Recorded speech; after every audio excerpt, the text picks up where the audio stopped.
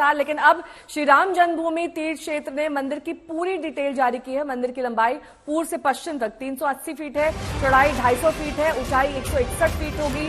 मंदिर 3 मंजिला होगी, प्रत्येक मंजिल की ऊंचाई 20 फीट होगी। मंदिर में कुल 392 खंभे, 44 द्वार होंगे। मुख्य गर्भगृह में प्रभु श्री राम का बाल रूप, श्री राम लला सरकार का विग्रह तथा प्रथम तल पर श्री राम दरबार होगा।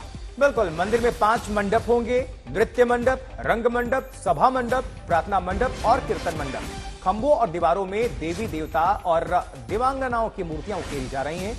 परकोटा की चारों कोनों पर सूर्यदेव, मां भगवती, गणपति और भगवान शिव को समर्पित 4 मंदिरों का निर्माण होगा।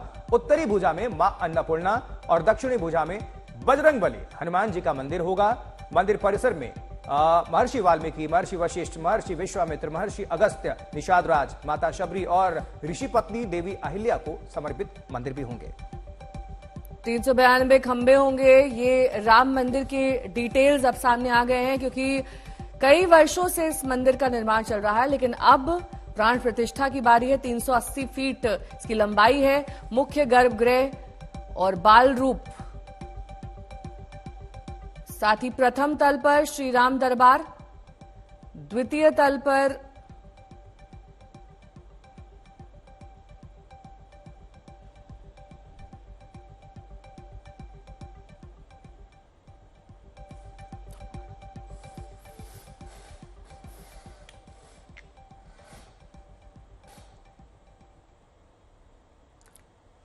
जी नहीं, संतोष हमारे साथ जुड़ चुके हैं। बिल्कुल संतोष, ये बताइए कि जिस तरीके से अभी फिलहाल 22 जनवरी को लेकर फोकस है, उस दिन तक क्या कुछ तैयार कर लिया जाएगा? क्योंकि ये संभव नहीं है कि पूरा का पूरा मंदिर 22 जनवरी तक तैयार हो जाएगा, ये तो पहले ही जानकारी आ चुकी है, लेकिन उस दिन तक क्या कुछ तैयारियां की जा रही है ताकि वो पूरा आयोजन पूर्ण रूप से हो सके?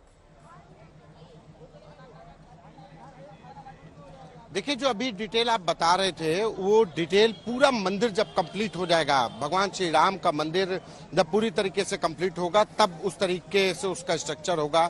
लेकिन अभी जब 22 जनवरी का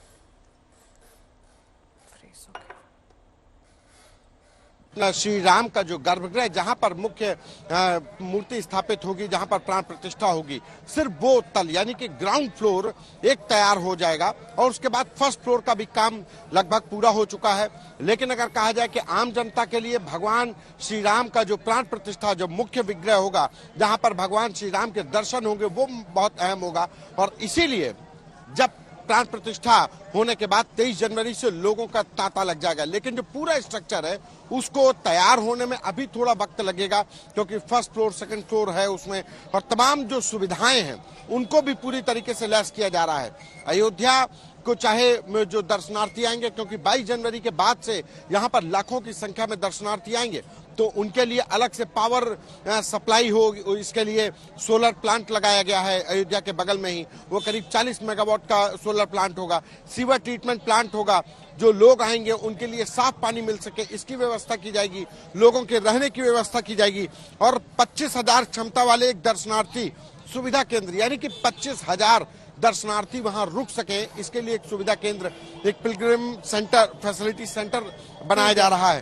तो ये तमाम सुविधाएं हैं। और सबसे खास बात कि जो राम मंदिर की होगी, कि राम मंदिर में लोहे का प्रयोग नहीं किया गया। अमूमन कहा जाता कि किसी भी स्ट्रक्चर में आयरन के बगैर कैसे स्ट्रक्चर खड़ा होगा, लेकिन भगवान श्री राम का ये मंदिर अपने आप में आर्किटेक्ट का, इंजीनियरिंग का एक अद्भुत और कहा जाए कि अविश्वसनीय नमूना होगा, जिसमें लोहे का कहीं प्रयोग नहीं किया गया है।